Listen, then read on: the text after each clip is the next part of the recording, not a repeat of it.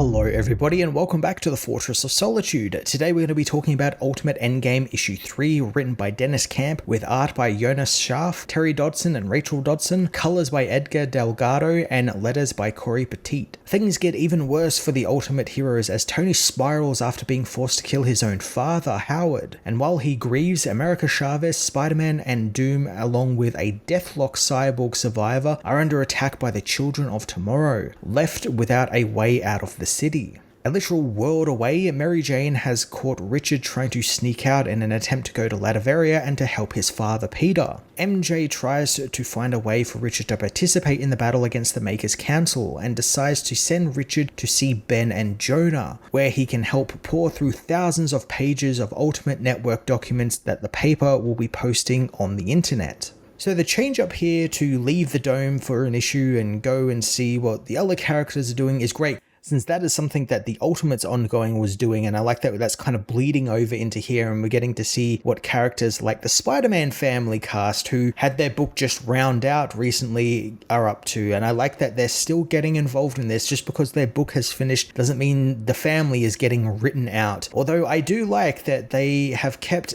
as is tradition with the Ultimate Universe, that Dennis Camp completely forgot Peter's daughter May. She is not in the issue at all. She gets a mention once at the end of the issue, but that's it. And I don't know what the reason for this is. It's just so weird, especially because after Hickman, and even Hickman is guilty of this, where he just kind of wrote her out of the book, more or less. But it's just so weird because he set her up as, the first person to find out that Peter was Spider-Man and, help him come up with a name and the costume design. So you would think she would be a little bit more involved in all of this, but then that was kind of all just shifted over to Richard. It's very strange. I have no idea, and I'd be so intrigued to find out exactly what that was, whether that was something higher up, whether some mandate came down that they couldn't have her or something. Very intriguing, very weird, but it's just something that's always messed with my head when we're doing the Spider-Man family, especially because the whole book is about family and you forget one of the members of said family. Anyway, back to the issue. So Richard is interested in what the paper is doing and wonders how they haven't been taken down by the council yet, and they soon find out how as Vision makes his presence known, telling Ben and Jonah that he's keeping them up and running since their paper reaches more people that have not joined the network yet. Ben, however, is not interested in the Vision helping, since he doesn't want them to turn the paper into a propaganda tool. They just want to post the truth that they have verified.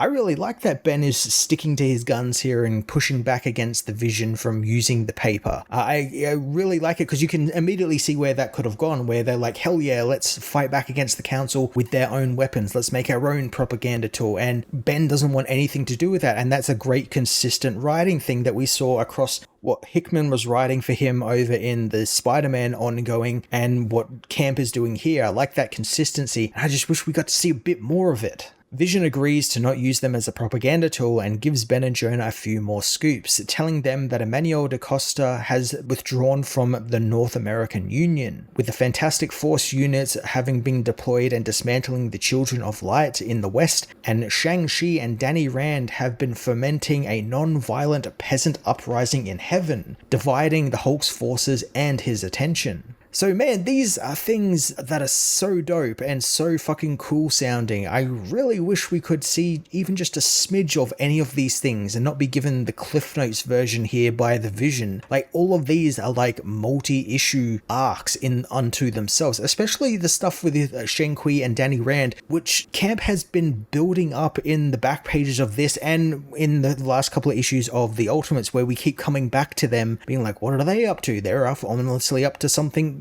really important. Like, what's going on with them? So is there going to be something there, or is this just like, again, like everything else in this book, just stuff that they had plans for, but because the book is prematurely ending, they can only do like bits and pieces of it here and hope you understand what they were trying to do with that. It's just so frustrating. We have all these really cool things and they're all happening off page. On top of all of that, the X-Men finally begin to get involved in the story as Cannon and May think that they saw Hisako in Latveria, deciding to go and help their friend. Thanks to Nico's powers, the girls all teleport to Latveria, and man, this should be a bigger deal than it is. The X-Men, which have stayed largely separate, apart from the seemingly contractually obligated tie-in that Miles Morales Spider-Man Incursion book had with them, they've not been involved in any of these big battles or endgames until now. The way the X-Men have been handled in the Ultimate Universe is almost a video unto itself. It's so interesting and weird and also random and a little nonsensical. You would do that with,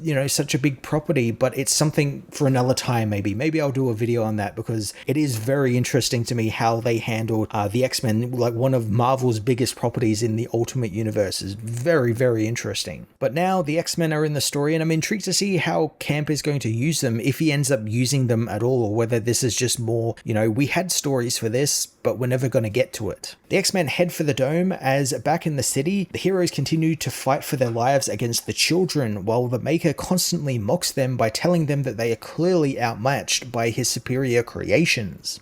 Iron Lad is still locked up in his grief spiral, but luckily the suit protects him with a repulsor field. The Maker mocking the heroes is something I've been waiting for since Maker is an all-time hater, and every time Camp has written him, especially in the Ultimates ongoing, he's just been like such a petty bitch. Like all the stuff he did to Doom, and really like all the heroes of this world, it's just petty bitch stuff. And I love that his taunting here is that as well. He's just trying to like psych them out, trying to get them to like, make a mistake so he has an in with them or something. It's all great stuff. I love that it's filled with that ego and pomp that he has, and it's just so cool. Spider-Man's suit morphs into the Venom construct and helps free him from the Maker's grip as Deathlock teams with America to blast a specific cosmic energy at a specific frequency that helps wipe out the children. However, it's only for a moment as more of Maker's children arrive and the battle turns again against the Ultimates. Spider-Man tries to get Tony to wake up from his spiral, but he won't.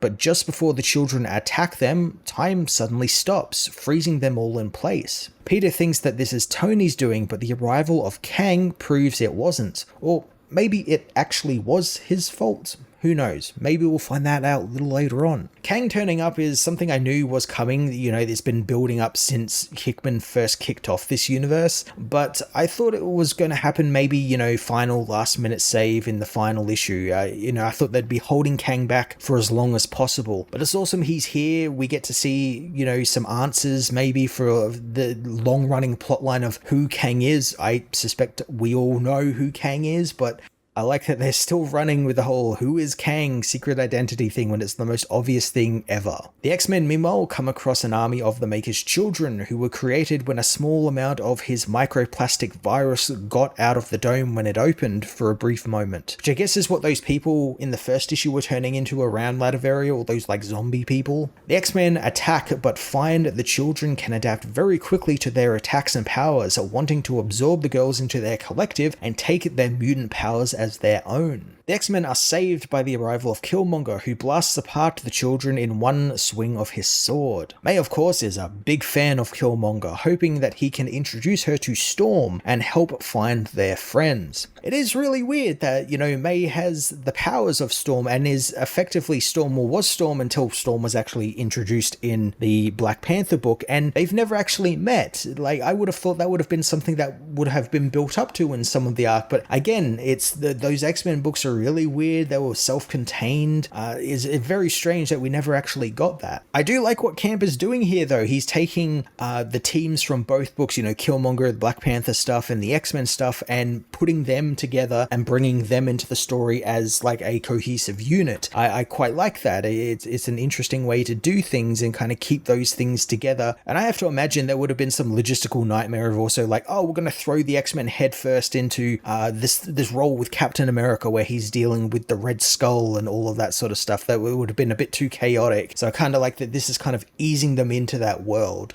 Back inside the dome, Kang explains to the heroes that he has temporarily tied off the flow of time around them, giving them enough time to talk with them before the Maker can find a way to slip through. And I like the way the Maker talks here about how he's done all this before because of the way how time works, how this is all something that's happened before and happened multiple times. And so he's come up with ways to like slip through time, but it still takes him time. And I just like how Camp went into like, oh, he made a form that was like thin enough and and malleable enough to slip through the seconds of time, and like just stuff like that's really cool to me. It's just like weird sci-fi stuff. It's just complete nonsense, just writing stuff for the sake of sci-fi, babble and all that sort of stuff. But I love that stuff. I love when comic writers do that. What the heroes don't know is Maker has a connection with Doom, and he's been whispering in Doom's ear this entire time, telling him to stall Kang long enough so he can slip into the time knot and not just take Kang's Immortus engine, but also the still spiraling Tony's. I like how Cam writes the Doom Maker dynamic here, where it's being played where Doom doesn't really know he's being told what to do by the Maker. It's kind of like that sort of thing in the back of your head just telling you things, and so he just says it, and it feels natural to him to ask questions of the Maker and kind of find out, and in doing so he's stalling for time. Maker is the devil on his shoulder, quite literally, and it's a cool visual seeing literally that, him slinking around Doom's head and shoulders, whispering in his ear. It's really creepy. Doom demands that Kang reveal his identity, so Kang wipes away the frozen children like they are nothing, telling the heroes that his name Kang means All Conqueror. However, most people know him as Tony Stark as he reveals his face. Something we all knew was coming. We all knew it was going to be Tony Stark, and this did feel like such the safe option. It was always going to be Tony. It was kind of obvious right from the get-go it was always going to be Tony, but I had hoped we would have some sort of outlier, like it would be a time-displaced Howard who's come back in time to help save his son, or it was Doom himself, had somehow become Kang, something like that. I would have thought there would have been a little bit of a twist happening there. I could have definitely seen there been a twist, but this just feels like the safe option just to get this plotline that's been running for years now off the table. Kang knows his past self will get better. He's just processing everything that's happening, and they need to trust him because they trust Tony, and he's Tony with just a few billion years under his belt. Maker continues to make his way through the time knot, wanting both those Immortus engines, as Kang tries to explain that he's not there to kill the Maker, since he's seen and tried that multiple times. Doom lets the voices in his head win, and he cuts Kang's exposition dump short by shooting him, although he didn't exactly do it as the Maker told him to do it, and he shoots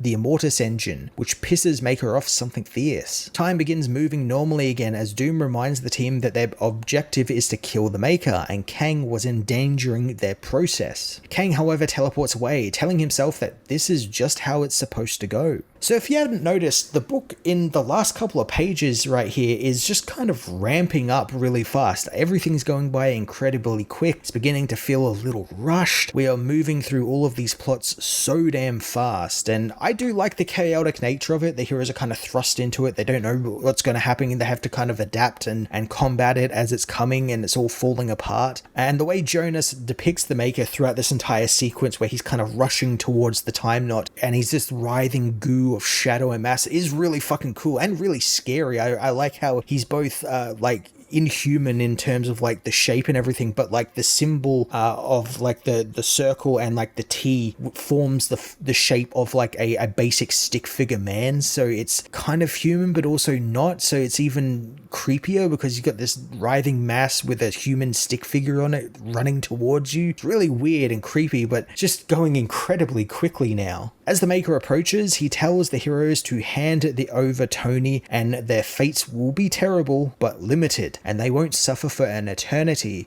like they will if they fight back against him. Tony, however, is back in action, his eyes now glowing with the power of the Immortus engine. As he fights against the Maker, his blasts seemingly are able to damage the villain now, which angers him greatly. Maker then plays his trump card as he proclaims that this is all by his design. He then strips Peter of the Pictotech suit, calling it ancient technology. Taking the suit into his own body, Maker then gets all of Peter's memories too, thanks to the suit technically also being Peter. So then he's able to hate really hardly on Peter as well, telling him nothing he did was for anything and it was all wasted, and he wasted the last years of his life for nothing. Then, in kind of a twist and kind of something that came out of nowhere, the Maker morphs the Pictotech suit into Ultimate Carnage, which grabs Peter, telling him that he left his family with nothing and then wasted everything. Carnage then kills Peter, telling him that it was always leading to this and the carnage of it will be great. Okay, so this genuinely shocked me, like, what the actual fuck? Carnage is here and he's shown up and he straight up kills Peter. Of course, it's not the actual Carnage. It's just, you know, making the Pictotet suit look like Carnage, which I feel he only did just so because he had that Carnage line. And I feel like that was just put in there just to have a visual representation of that line. It just doesn't really make any sense why the maker would choose Carnage. You would think he would choose, you know, the form of what Peter's son Richard was taking, you know, the black suited Spider-Man to kill him with. That would have a bit more of an effect on him. But whatever, things are starting to like ramp up and go really fast. Who cares? And I'm sure like Peter Parker being killed, which was a really big shock, especially given the ending that Hickman gave him in his solo series, which was more or less a happy ending. I guess Hickman would have had to have known about this, and I know Camp wouldn't just do this out of spite or anything. He would have, you know, run it by Hickman to see how he thought about it and whatnot. But goddamn, that was really surprising, and you know, what a kick in the teeth, you know, for that solo series. Like, yeah, he has a happy ending, and then a couple of months later, he's brutally killed by his Pictotet suit.